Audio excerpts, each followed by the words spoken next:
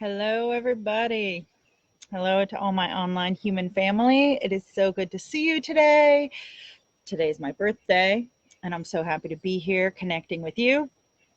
I had some inspiration that hit me in the middle of the night. Oh, do you see that squirrel running along the fence behind me? Ah, over there. Hold on. I don't know where to point. There it is. There. That's fun. Okay.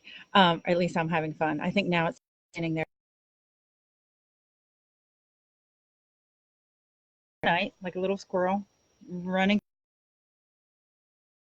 And oh, it says my connection is trying to connect. Well, hopefully it'll finish connecting. Um, and this video, I had to get up and write my ideas down. I knew that I had to come on here and talk to you because I couldn't stop thinking about this. And so I'm here today this is kind of like part 3 of the 2 other things that I've been sharing this week. So on Tuesday, I shared about expanding and being aware of and intentional of the company that you keep and how that impacts you. Yesterday, I talked a little bit more about how, well, what if you recognize that's not really serving me? What are some ways that you can start to address that? Hi, Hannah. Happy birthday. So good to see you. And then what hit me in the middle of the night was I talked all about like these kind of external things that you can do to address, let's say there's a person in your life who's kind of in your life in a way where it's almost like a burden to you, or you feel like they're in your life way more than you want them in your life. But because you're a kind, loving, caring person, you don't want to just be like, get out of my life. So finding a way to dissipate that bond a little bit, to lessen the frequency that you hang out. So yesterday I talked about that, but I really talked about that kind of from a logistical, here's what you say and here are some things you can do type of way. And to me, it was very external. Today, I'm really going to have us tap into internal things that you can do, because here's the thing. Let's say you address what's going on with that relationship, or that person moves, or you move, and then you're like, oh, great, didn't have to do anything about it. That's wonderful. Except chances are this will not be the only time you have to deal with this. And whatever created that in your life, the internal circumstances that helped have you be attracted to that and be drawn to having this person are still going to be in your life. And so even if you feel like, oh, they're in my life and I don't want them in my life anymore and it's all about them, fine, great. You're welcome to continue thinking about that. But today we're also going to look about, how is this about what you can do? How is this relationship also about you and what you're bringing to it? Because this, I believe, is kind of the most powerful piece of it. And if you can transform this and look at it in a new way, it can radically change your life. When all of, or any of the changes that I make in my life, when I make them at the place of belief or identity, that's when changes ripple out the most. And there are lots of books written and lots of research showing that, yeah, if we don't change things at the level of identity, who we think we are and what we believe, none of that changes.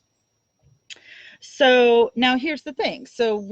I'm specifically talking about a person in your life who may be dragging you down, or maybe it's a habit. Like maybe you want to stop eating dessert every night, or you want to stop smoking cigarettes, or you really want to get out of the job that you're in, but you're really just hesitant to go out there and have new interviews and resumes and meet new people and try and put yourself out there.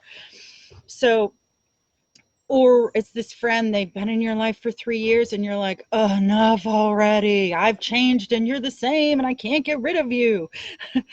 Whatever it is that you're working on, I'm going to use the example of individual, but then we can like take this same idea and apply it to those other scenarios. So let's say there's this friend, they're in your life a lot, you really wish that you had some distance from them, but maybe you've tried to tell them you're busy, and it's just, maybe even the methods I shared yesterday, you might have tried some of those yourself and it's just not working very easily to have this relationship be a thing of the past.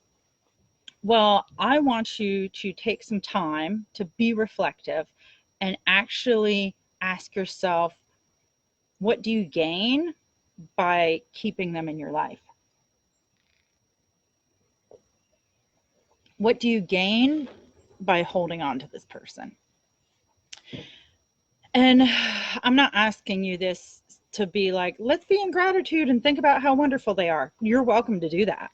But what I really want to know is what fears and concerns of yours are going unaddressed, because this person, it's really easy to pin stuff on them and to look externally and talk about them rather than to ask yourself, well, why am I keeping them around?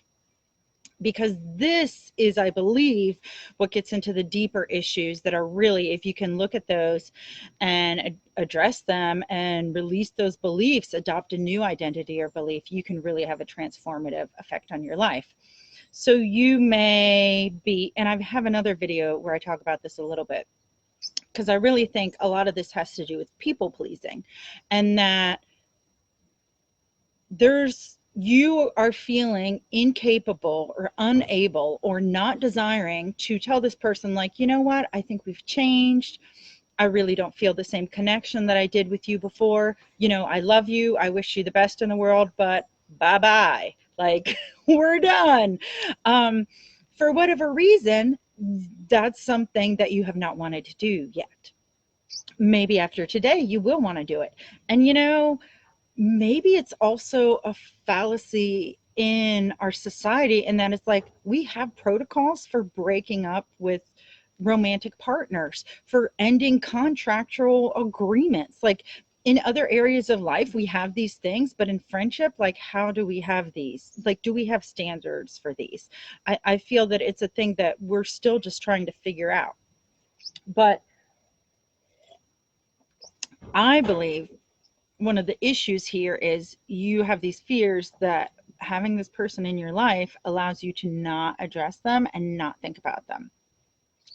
So, for example, when I've had people in my life, and I'm actually specifically thinking of a few times in my life when either I held on to a friendship that I could tell had like gone its course, or a romantic relationship that had.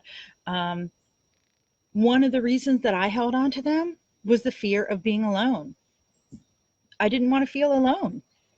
And so, and some people, I mean, this is a really common human thing. They would rather be with someone, even if that someone's not great, than have the risk of being alone. You might also feel like, well, this person makes me feel needed. This person makes me feel important. This person allows me to believe that I'm a good person because I listen to them, and look at how much of a saint I am, or a martyr, or I'm so amazing because I always listen to them, even when it means putting my own life on hold. But honestly, like, how much of a good person are you if you're doing that just for the glory of it? I wonder, like, what are you not addressing? What are you not living? What are you not feeling? Because you are really wrapped up in needing to feel important by doing this for this person. Another belief that sometimes is really at the root of people pleasing and not setting boundaries and releasing old relationships that don't serve us is, people will judge me. My survival depends on people pleasing.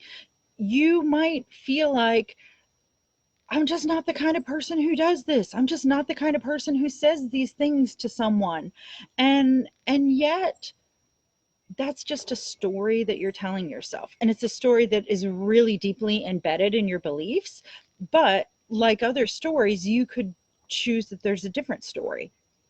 You could also look in your own life or in the lives of those around you and think, are there people that I know who set boundaries, who, oh, sorry, it's telling me my battery's low, who have standards in their relationships, who let people pass out of their lives when a friendship has run its course.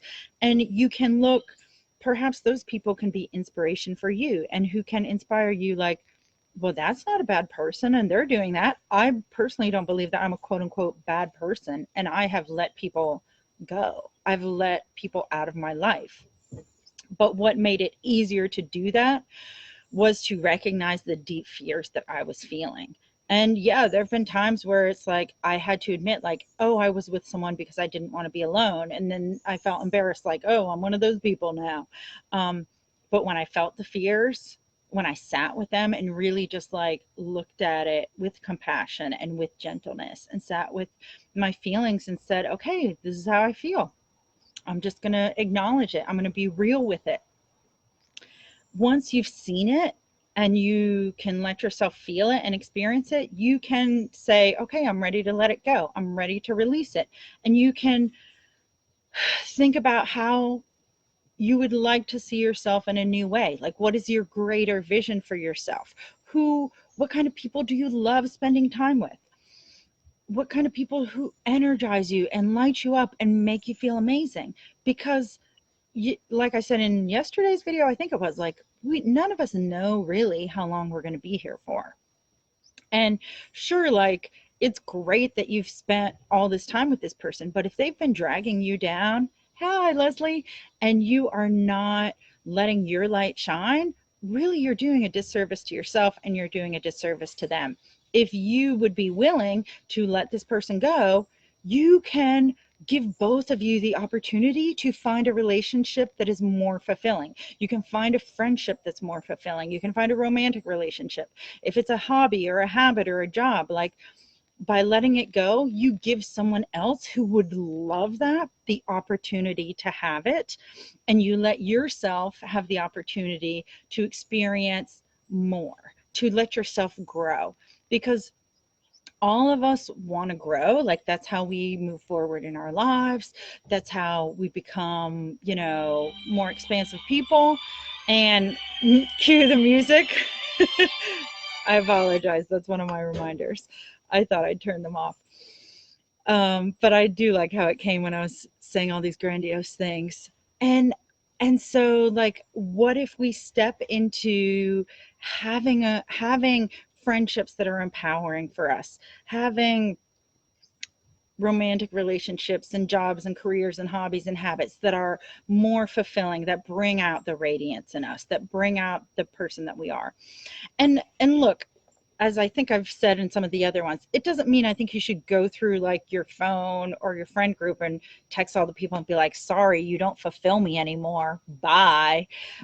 It's not that I'm asking you to like just go out and like, get rid of all these people.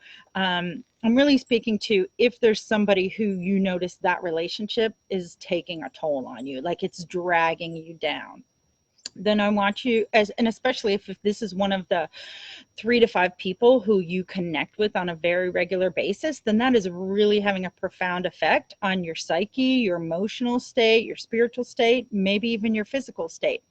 And so what I want you to do is to reflect upon this and see, can I let this go? As I said before, can I let this person and I both find something else that is more fulfilling for us? All right. Thank you so much for tuning in and connecting today. I'll try and link the other 2 videos where I talked about relationships and the company we keep. And feel free to connect with me if you have more questions or want to share your own experiences. Bye. Have a great day.